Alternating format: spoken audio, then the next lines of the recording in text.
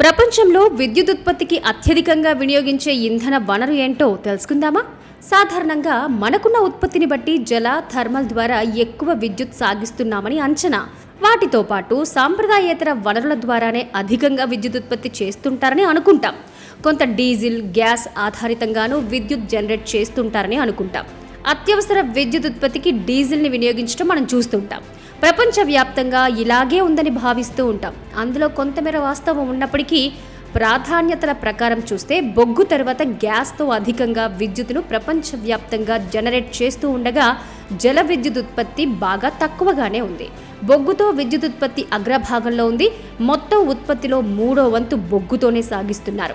శిలాజాల వినియోగం ఇప్పటికీ అధికంగానే ఉంది. మొత్తం 57% శిలాజాలను విద్యుత్ ఉత్పత్తి కోసం వినియోగిస్తున్నారు. అందులో 33% బొగ్గు ఆధారితం కాగా 22% నేచురల్ గ్యాస్ రెండో స్థానంలో ఉంది. మొత్తం విద్యుత్ ఉత్పత్తిలో చూసుకున్నా లేక శిలాజ ఇంధన వనరులో చూసుకున్నా ప్రపంచంలో గ్యాస్ది రెండో స్థానం. మన వద్ద బొగ్గు ప్రథమ, జల విద్యుత్ రెండో స్థానంలో ఉంది. కానీ ప్రపంచంలో జలాలు వినియోగించడం 3వ స్థానంలో ఉంది. క్లీన్ ఎనర్జీ అనేది ఇప్పటికీ ప్రపంచవ్యాప్తంగా తక్కువగానే అంటే 43%గా ఉంది. క్లీన్ ఎనర్జీలో హైడ్రో, సోలార్, న్యూక్లియర్, వాయు తదితర వనరులను వినియోగిస్తున్నారు. ఈ విభాగంలో జల విద్యుత్ అగ్రభాగంలో ఉంది. అయినప్పటికీ ప్రపంచ విద్యుత్ ఉత్పత్తిలో జలం ఆధారంగా విద్యుత్తు సాధించడం 14% మాత్రమే.